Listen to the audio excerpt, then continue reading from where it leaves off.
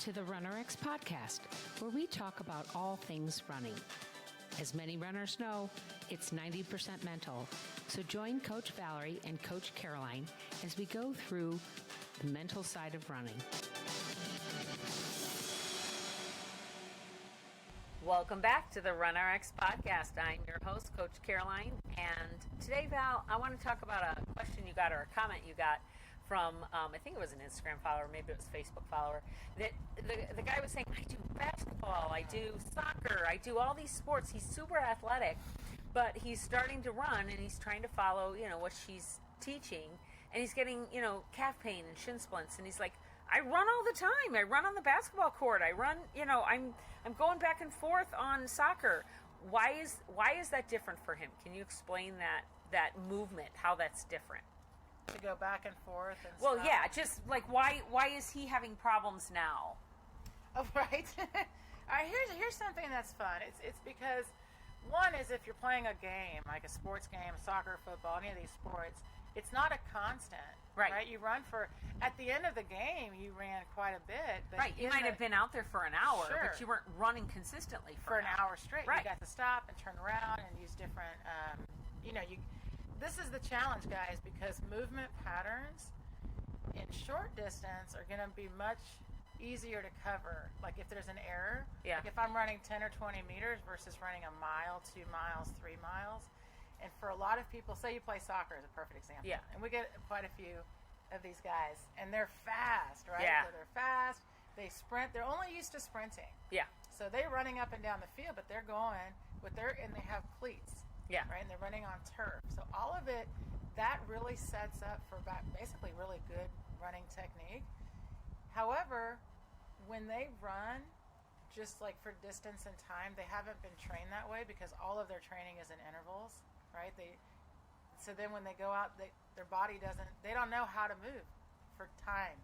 Okay. Right? Yeah, for a long period of time. Right. So they're doing the correct movement for that little burst of 10 or 20 meters, but they're not doing it over time. So so then when he's going out, now he's trying to run correctly, but that's where his incorrect movement pattern is really coming into play. Right. And here's something really interesting, and we see this a lot with people that have played sports. So what's interesting is there's a real belief system that endurance running is different than sports running, than sprinting. Mm-hmm. That these get categorized a little bit differently. So soccer players, football players, even volleyball players, they do tons of like plyometrics. They do, fast footwork. You see this a lot. And so they're learning, and it's great, but they're learning to pull their feet, use quick feet. Then they think when they're supposed to run distance that they're supposed to change their running. So, and this is very, very much believed.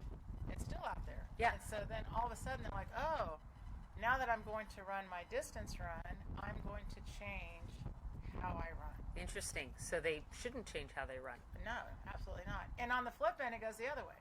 Endurance athletes are trained to run with the reach in the push, right? The push off and the reach is taught very much.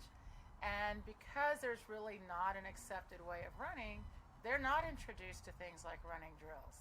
Right. Whereas all sports have drills. Yeah. All of them. Yeah. Every single one, including sprinting.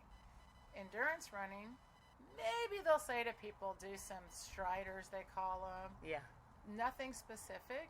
They actually really emphasize more like stretching. Yeah. Right? Yeah. Not really running correctly. Right. So then for this guy, should he go out and just do sprints, like do drills on a track and try to increase the length of his drills over time? Well, so we're going to do two things with them. One is first just introduce them to running correctly. The correct movement, right. So here's the challenge too, guys, because a lot of people that play sports, they're taught to push.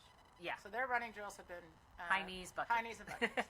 And the push is very strong. So the endurance athlete is mainly a reacher. We have a ton. Well, they do both. They push and reach, but mainly their thought is reaching because they want to get there. Sprinters, football players, soccer players, they all have hamstring issues because of the push. When you push off the back, then the hamstring has to actively contract. When you pull, it's a reflexive response. Okay. They don't know that feeling because think about how good it feels to take your foot and you have a spike on turf and push. Yeah. Yeah. Right? I mean, it's a powerful sensation.